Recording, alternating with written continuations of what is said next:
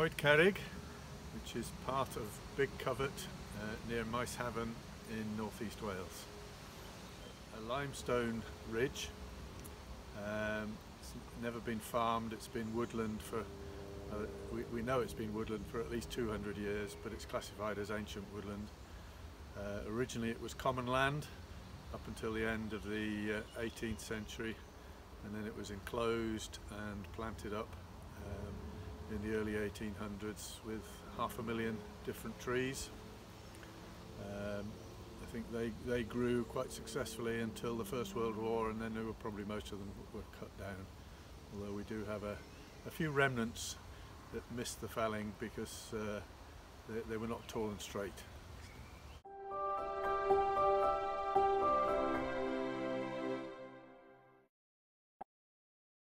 I'm doing a ancient woodland restoration program.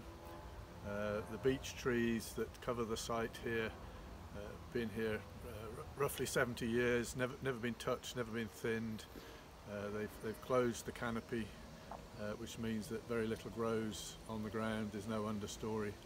So I'm making clearings in the beech and replanting those clearings with mixed natives, mainly oaks and hazels, but rowans and hollies and hawthorn and blackthorn to bring the wildlife back into the site, really, bring a bit of diversity.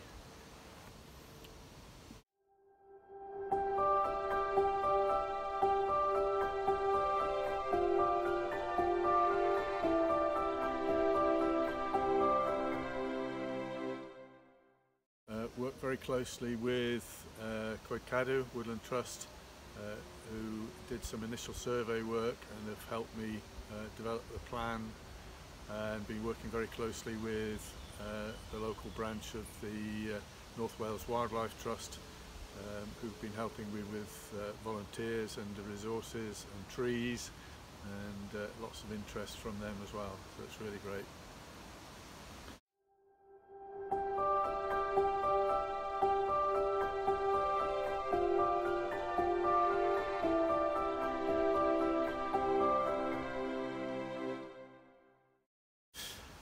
Well, I bought the wood nearly 3 years ago. My mother unfortunately died, left me a little bit of money, so I chose to use the money to buy a wood and do something with it, basically for the grandchildren. I'm not doing it for myself, doing it for the wildlife and doing it for the grandchildren, so that's how I came to own it. It probably wasn't the type of wood that I was originally looking for, but the fact that it's a 5-acre plot within 150-acre larger woodland is ideal, because A, I can work here, and B, I can just bring the dog and walk around whenever I want. It's great.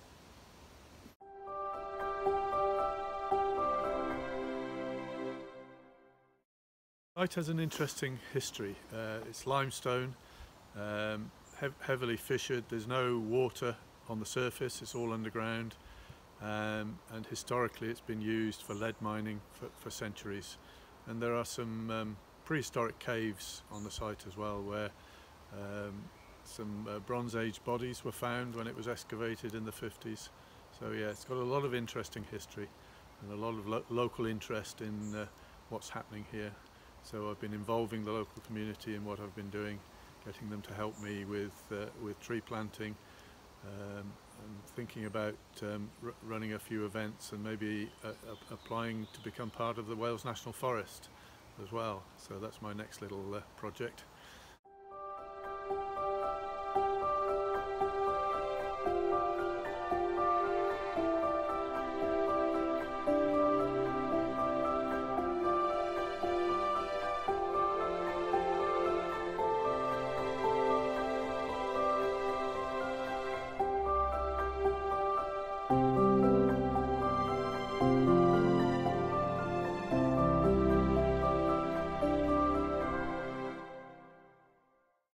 Well, my vision really is that it returns to a mixed native woodland with a much greater variety of trees in it, which will bring a much greater variety of wildlife, insects and birds, potentially deer, which will be a bit of a mixed blessing if they come, but be nice to see.